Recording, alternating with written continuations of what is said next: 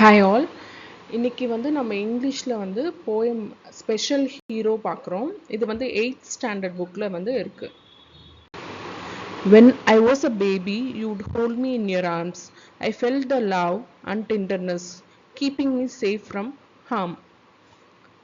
நான் குழந்தையா இருந்தப்ப உங்களுடைய கையில் என்னை பத்திரமா பிடிச்சிட்டு இருந்தீங்க. நான் அப்போவே உங்களுடைய லவ்வையும் டெண்டர்னஸ்னால் இங்கே கைண்ட்னஸ் அதையும் நான் ஃபீல் பண்ணியிருக்கேன். நீங்கள் எந்த ஒரு ஹார்ம்னஸும் என்னை அஃபெக்ட் பண்ணாமல் என்னை பத்திரமா பார்த்துக்கிட்டீங்க அப்படின்னு ஃபர்ஸ்ட் 4 லைன்ஸில் சொல்லியிருப்பாங்க.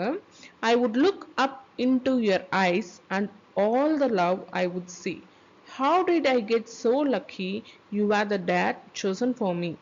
நான் உங்கள் கண்ணில் பார்த்தேன்னா என் மேலே இருக்கிற அன்பு அது என்னால் பார்க்க முடியுது. நான் எப்படி இவ்வளோ லக்கியாக இருக்கேன். எனக்காக ஒரு டேடாக சூஸ் பண்ணப்பட்டவர் நீங்கள் தான் அப்படின்னு சொல்லியிருப்பாங்க. There is something special about a father's love. Seems it was sent to me from some place up above. அதாவது அப்பாவோட அன்புல எப்பவுமே சம்திங் ஸ்பெஷலாக ஏதோ இருக்கு. அது மேலேருந்து, அதாவது இங்கே ஹெவனை மீன் பண்ணுறாங்க. இது ஹெவன்லேருந்து எனக்காக கொடுக்கப்பட்டது. இது ஒரு ப்ரீஷியஸ் ஆனது அப்படின்ற மாதிரி இந்த 4 லைன்ஸ் சொல்லியிருப்பாங்க. அவர் love is everlasting. I just wanted you to know that you are my special hero and I wanted to tell you so.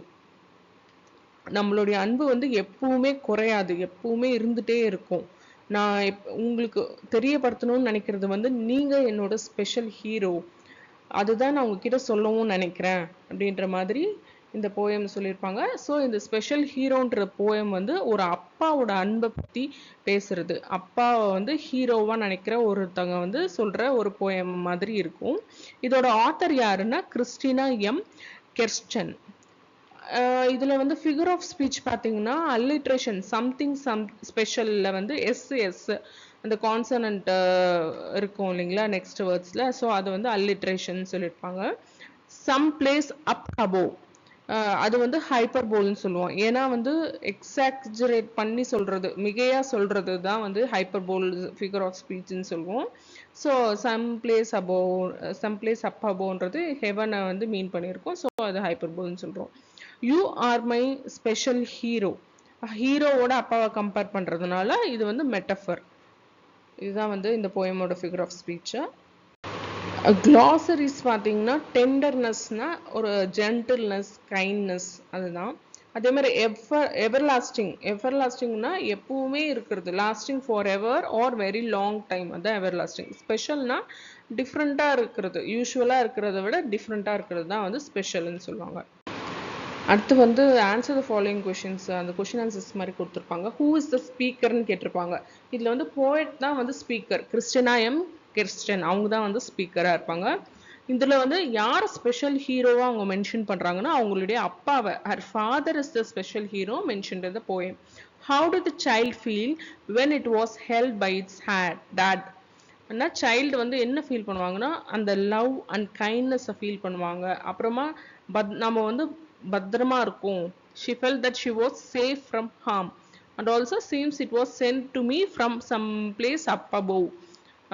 எனக்காக ஹெவன்லேருந்து அனுப்பப்பட்டவர் தான் என்னோட அப்பா, அந்த மாதிரி ஒரு ஃபீல் இருக்கும்ன்ற மாதிரி சொல்கிறாங்க. So what do the above lines மீன்ஸ்னா அந்த லைன்ஸில் love of father is heaven sent, அதுதான். What did the child want to tell it's டேட்னா he was our special hero. There is something special about a father's love. இதில் alliteration என்னன்னு கேட்பாங்க. Special something, அந்த S அதுதான் alliteration. Pick out the rhyming words. அந்த போயத்தில் see, me, love, above, no, so இதுதான் rhyming words. அப்புறம் அந்த போயத்தோட rhyming scheme பார்த்தீங்கன்னா ஏபி சிபி, அதுதான் ரைமிங் ஸ்கீமாக இருக்கும். தேங்க்யூ.